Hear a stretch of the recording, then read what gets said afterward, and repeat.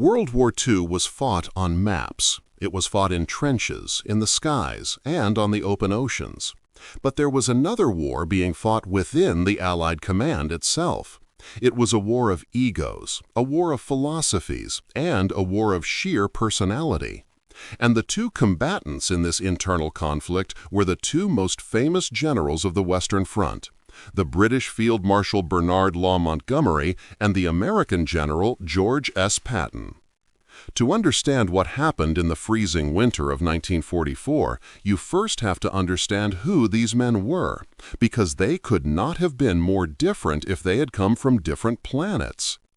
Montgomery, or Monty as he was known, was the hero of Alamein. He was a man of absolute method. He believed that a battle was a mathematical equation. You gathered your supplies, you lined up your artillery, you tidied up your lines, and you did not move a single inch until you were 100% ready. He was cautious, he was deliberate, and he was deeply arrogant. He viewed war as a set-piece event, something to be orchestrated by a master conductor. To Monty, disorder was a sin. Speed without preparation was reckless. He looked at the American generals, and often he saw amateurs. He saw cowboys who didn't understand the science of warfare. George Patton was the exact opposite. Patton didn't care about the science, he cared about the art. He believed in violence of action. He believed that a perfect plan executed next week is useless compared to a good plan executed right now. He was loud, he was profane, and he drove his men until they dropped. To Patton, holding ground was a waste of time. He wanted to be moving, attacking, slashing through enemy lines. He viewed Montgomery as a timid old woman, a general so afraid of losing that he often forgot how to win. For 2 years, from North Africa to Sicily to France, these two men had circled each other. They competed for supplies. They competed for headlines. They competed for the favor of Supreme Commander Dwight Eisenhower. But the moment that defined their relationship, the moment that proved Montgomery wrong in a way he never expected, came in December 1944, during the Battle of the Bulge. It was the greatest crisis of the war on the Western Front. On December 16th, Adolf Hitler launched his final desperate gamble. 3 German armies smashed into the thin American lines in the Ardennes forest. It was a massive surprise attack. The weather was terrible, grounding the Allied Air Force. The Americans were reeling. Units were surrounded, communications were cut, and panic was beginning to spread toward Paris.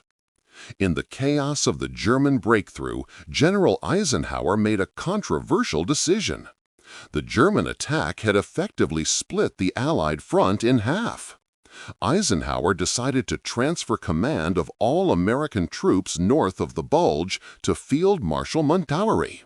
For Monty, this was the moment he had been waiting for. For months, he had been arguing that he should be the overall ground commander. He believed that Eisenhower was too weak, too political, and that the American generals like Omar Bradley were incompetent. Now, with the Americans in trouble, Eisenhower had no choice but to call on the experienced British Field Marshal to save the day. Montgomery walked into the American headquarters in the north like a strict headmaster taking over an unruly classroom. He was shocking to the American officers. He refused to look at their maps. He lectured them on basic tactics. He told them that their lines were a mess and that they needed to tidy up the battlefield before they could even think about counterattacking. Montgomery's strategy was classic Montgomery. He wanted to stop the German advance, stabilize the lines, build up a massive reserve force, and then, only when everything was perfect, launch a crushing counterattack. He looked at the map and calculated that it would take weeks to stop the Germans and prepare a response. He looked at the situation in the south, where Patton was stationed, and he assumed the same logic applied. Montgomery expected Patton to be stuck. He expected the American Third Army, which was currently attacking east into the Saar region, to be tied down. In Montgomery's mind, turning an entire army around in the middle of winter was a logistical impossibility. It was a maneuver that required weeks of planning, new supply depots, and careful traffic control. He assumed that Patton, for all his bluster, would be paralyzed by the physics of war. Then came the meeting at Verdun on December 19th. It was a gloomy gathering. Eisenhower had summoned his senior commanders to a damp, cold barracks to formulate a plan. The mood was grim. The Germans were still advancing. Bastogne was surrounded. The fate of the war hung in the balance. Eisenhower opened the meeting by trying to project confidence, but everyone knew the stakes. He turned to Patton. Patton's Third Army was facing east, engaging the Germans in heavy combat 100 miles south of the new German offensive. Montgomery was in the room. He didn't speak, but we can infer what he was thinking. He was doing the math in his head. To disengage 3 divisions from combat, pull them back, rotate them on icy, narrow roads, and launch a coordinated attack? He likely estimated it would take at least 4 days, probably 6, to do it properly. He expected Patton to make excuses. He expected Patton to ask for more time. The room went silent. The other generals shifted in their chairs. Montgomery must have looked at Patton with a mixture of disbelief and contempt. To a professional soldier like Montgomery, this sounded like insanity. It sounded like the boasting of a madman. You cannot move 100,000 men and thousands of tanks and trucks 100 miles in 48 hours in a blizzard. It simply wasn't done. Montgomery likely thought Patton was grandstanding. He thought Patton would rush in with a few half-strength units, get a bloody nose, and then Montgomery would have to come in and clean up the mess later. But what Montgomery never expected was that Patton wasn't guessing. You make the plan, then you move the men. What Montgomery didn't know was that Patton had anticipated this. Days before the meeting, while the other Allied commanders were still debating whether the German attack was a major offensive or a local skirmish, Patton had already alerted his staff. He had told his brilliant intelligence officer, Colonel Oscar Koch, to prepare 3 contingency plans. While Montgomery was tidying up his lines in the north, waiting for the perfect moment, Patton was already moving. What followed was a feat of logistics that Montgomery simply could not comprehend because it violated every rule in his book. In less than 2 days, the Third Army ceased its attack to the east, turned 90 degrees to the north, and began to march. We are talking about 133,000 motor vehicles. We are talking about 62,000 tons of supplies. We are talking about moving an entire city of men and machines on roads that were covered in sheets of ice in visibility that was near zero. Montgomery expected chaos. He expected traffic jams that would stretch for 50 miles. He expected the Americans to run out of fuel. He expected them to get lost. But Patton's staff had orchestrated a ballet of steel. They enforced a ruthless discipline on the roads. Military police were stationed at every crossroads, standing in freezing temperatures for 24 hours straight to wave the trucks through. Tanks were painted with whitewash to camouflage them in the snow. While Montgomery was still positioned in the north, carefully building his reserves, ensuring every tank had exactly the right amount of shells, waiting for the perfect time to strike, he received the news.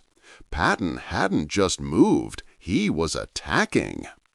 On December 22nd, just as promised, the Third Army slammed into the southern flank of the German offensive.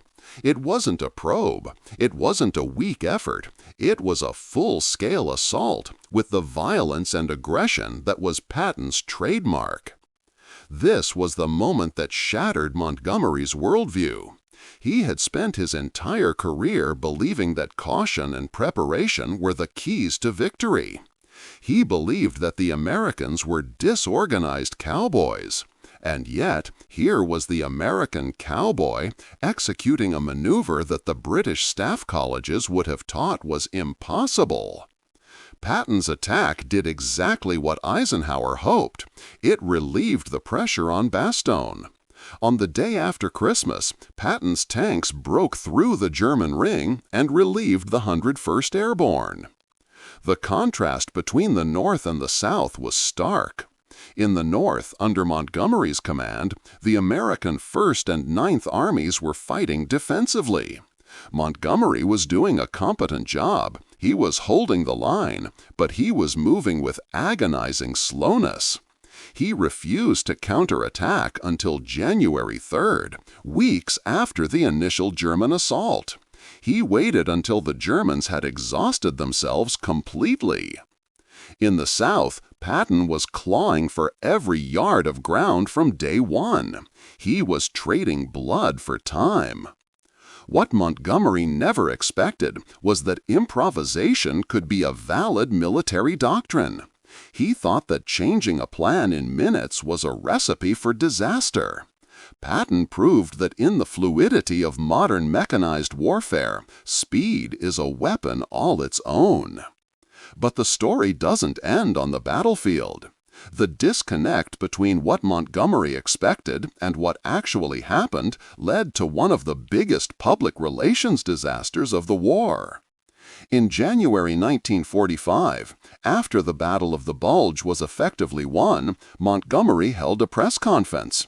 Perhaps he was trying to reassure the British public. Perhaps his ego had gotten the better of him. But he gave a speech that implied that he, and he alone, had saved the Americans from disaster. He described the battle as if he, and he alone, had been the puppet master controlling the whole show. He barely mentioned Patton's miraculous drive from the South. The reaction was explosive. American generals were furious. They knew the truth. They knew that while Montgomery had been tidying his lines for weeks, American soldiers were dying to hold the line, and Patton was driving through hell to save them. General Bradley was so angry he threatened to resign. Patton was apoplectic. But privately, military historians believe that Montgomery was genuinely baffled by the American anger. In his mind, he had saved the day because he brought order to chaos. He couldn't perceive that Patton's chaos was actually a different kind of order, a dynamic, fluid aggression that Montgomery was incapable of executing. The tragedy of Bernard Montgomery was that he was a man of the previous war. He fought World War II with the mindset of a World War I general who had better tanks. He believed in the slow, grinding destruction of the enemy.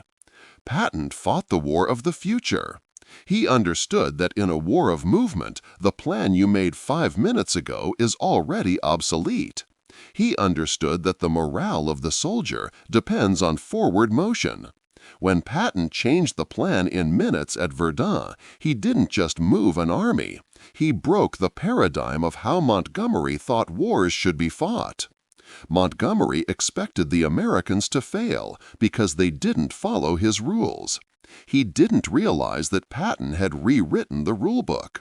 He didn't realize that an army could be motivated not by discipline and fear, which was the Montgomery way, but by a sheer, relentless desire to close with the enemy.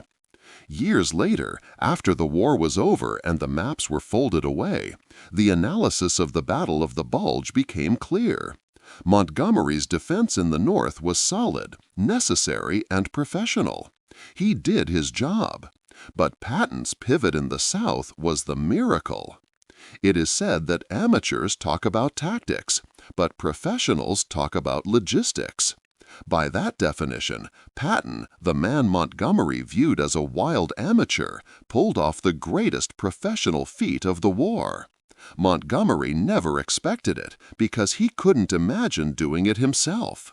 He couldn't imagine ordering an army to turn around in a snowstorm on a verbal order. He couldn't imagine trusting his subordinates enough to figure out the details while the trucks were already rolling. In the end, the Battle of the Bulge was the final verdict on their rivalry. Montgomery proved that he could not lose a battle, but Patton proved that he could win one that was already lost. The silence in that room at Verdun when Patton said 48 hours was the silence of men who didn't believe. The roar of the Third Army's engines 2 days later was the sound of the impossible becoming reality. And somewhere in his headquarters in the north, looking at the situation maps that showed blue arrows racing north from the Saar, Field Marshal Montgomery must have stared in quiet amazement. He would never admit it publicly, his ego would never allow it, but he must have known. He must have known that the loud-mouthed American cowboy had just done the one thing the great British master could never do. He had surprised him. Patton changed the plan in minutes, and in doing so, he saved the alliance, he saved the army, and he cemented his legacy as the ultimate master of the impossible. Montgomery was left to tidy up the battlefield, but it was Patton who had swept it clean.